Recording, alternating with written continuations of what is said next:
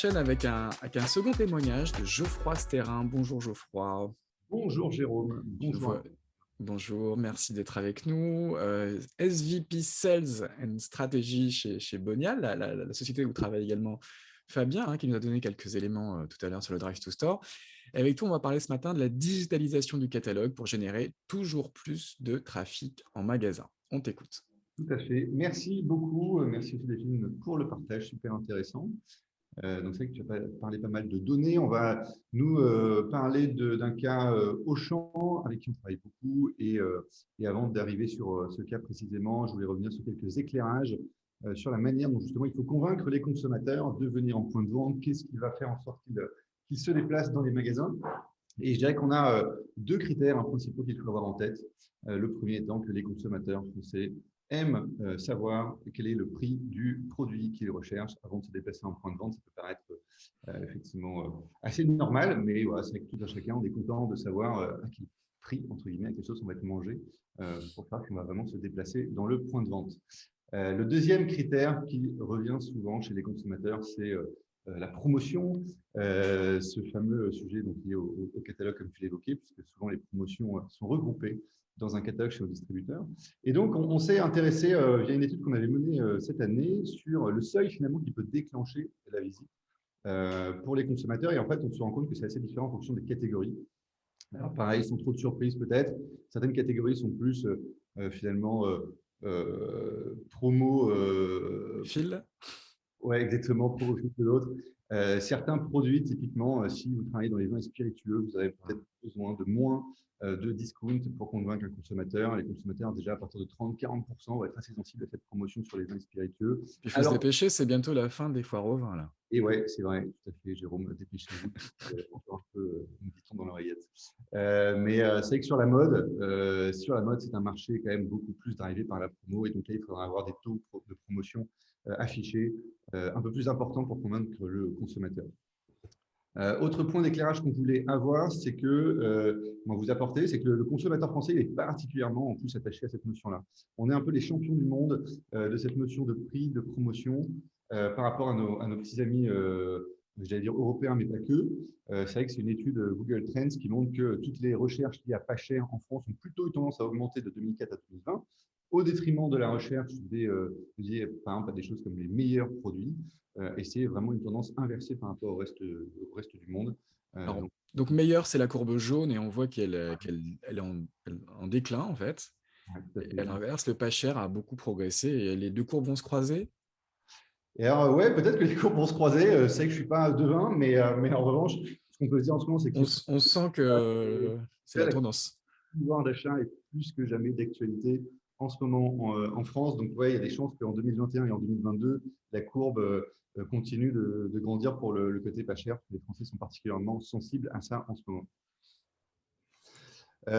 Et donc, voilà, c'est vrai que d'un point de vue contenu, on va dire que c'est vrai que c'est important d'afficher les prix que vous proposez à vos clients, c'est important d'afficher les promotions.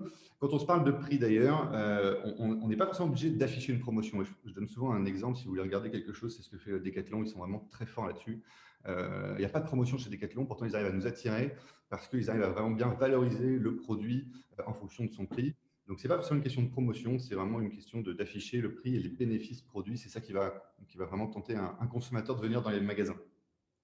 Et en fait, l'autre éclairage qu'on voulait apporter, c'est que voilà, une fois qu'on dit qu'il faut pousser des prix, des promotions, des offres, finalement, c'est sur quel canal il faut le pousser.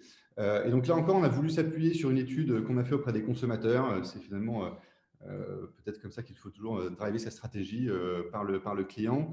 Et donc, le consommateur, il est de plus en plus enclin à se renseigner sur le digital. 58% d'entre eux vont rechercher des prix, des promotions justement par une source digitale, quand avant, c'était plutôt par les médias uniquement traditionnels. Donc, ça reste quand même assez équilibré, je dirais, et c'est ce qui va faire en fait la complexité d'un plan de communication pour le Drive to Store, c'est qu'il va falloir toucher le consommateur sur différents canaux.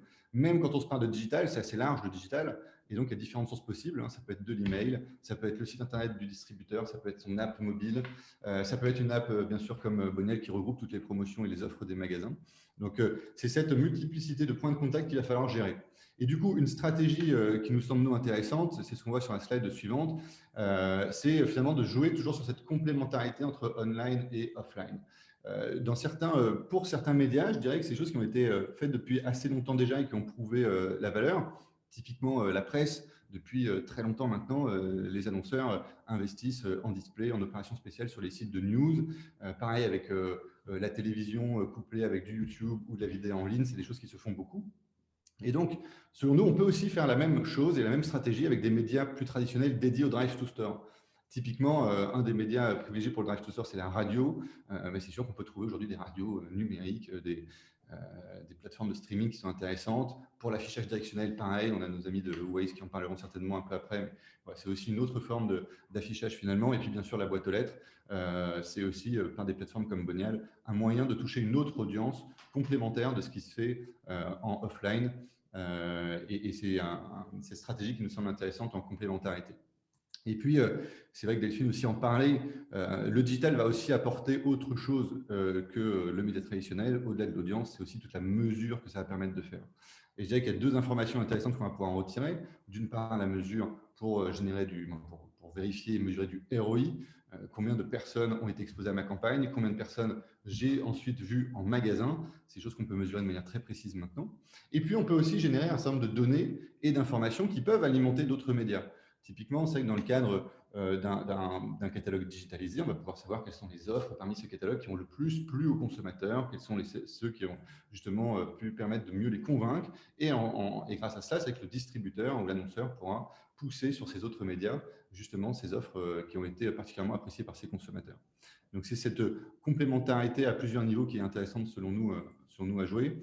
Et donc, c'est de cette manière qu'on essaye d'accompagner nos clients dans leur stratégie Drive to Store, comme on le verra juste après avec Auchan, puisque à partir de toutes leurs offres, matérialisées sur la gauche de votre écran par un prospectus ou un catalogue, alors c'est l'illustration la plus classique, mais bien sûr, on peut travailler sur n'importe quel type d'offre ou de flux, ça peut être des flux aussi digitaux.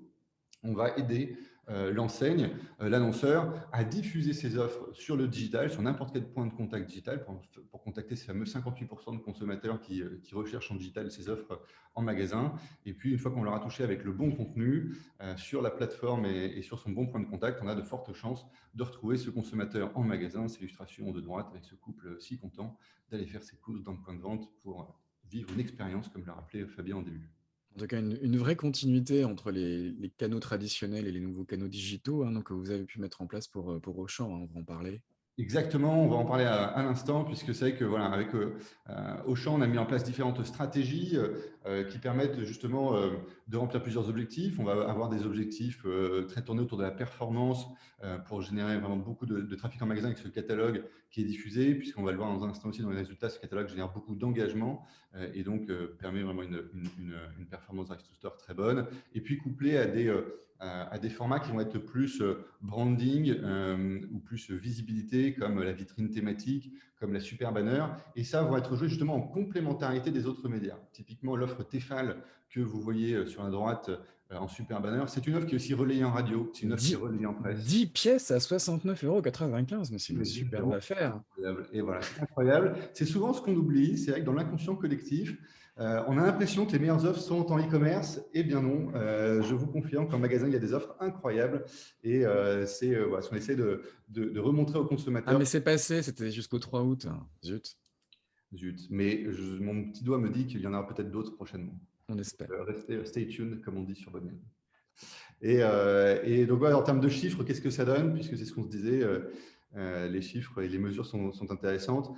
Typiquement, chez Auchan, ce qu'ils apprécient, c'est que voilà, ça permet vraiment d'avoir à la fois de la visibilité massive, de faire lire beaucoup de catalogues autour de ces points de vente.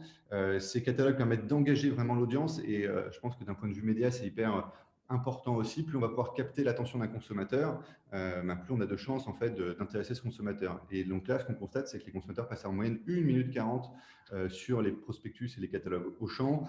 Et c'est vrai que quand on a passé 1 minute 40 avec une marque, on a créé un lien qui fait qu'on a peut-être plus de chances d'aller voir ce qui se passe en magasin. Et donc 28,5% de tous ces lecteurs se rendent ensuite dans un magasin Auchan. Et on peut même calculer le laps de temps qu'il leur faut pour venir en magasin. Et 70% d'entre eux vont venir dans les 3 jours qui suivent une lecture. Donc c'est ça que recherche Auchan, vraiment de l'efficacité pour faire venir plein de consommateurs en magasin et des consommateurs rentables, puisque les ROI sont excellents. Très bien, bah, merci beaucoup, hein, pour tous ces éléments et on le comprend avec Boniel, on est vraiment dans la continuité entre les leviers historiques comme le catalogue, print et les leviers digitaux. Merci en tout cas, hein, pour ces éléments, de présentation.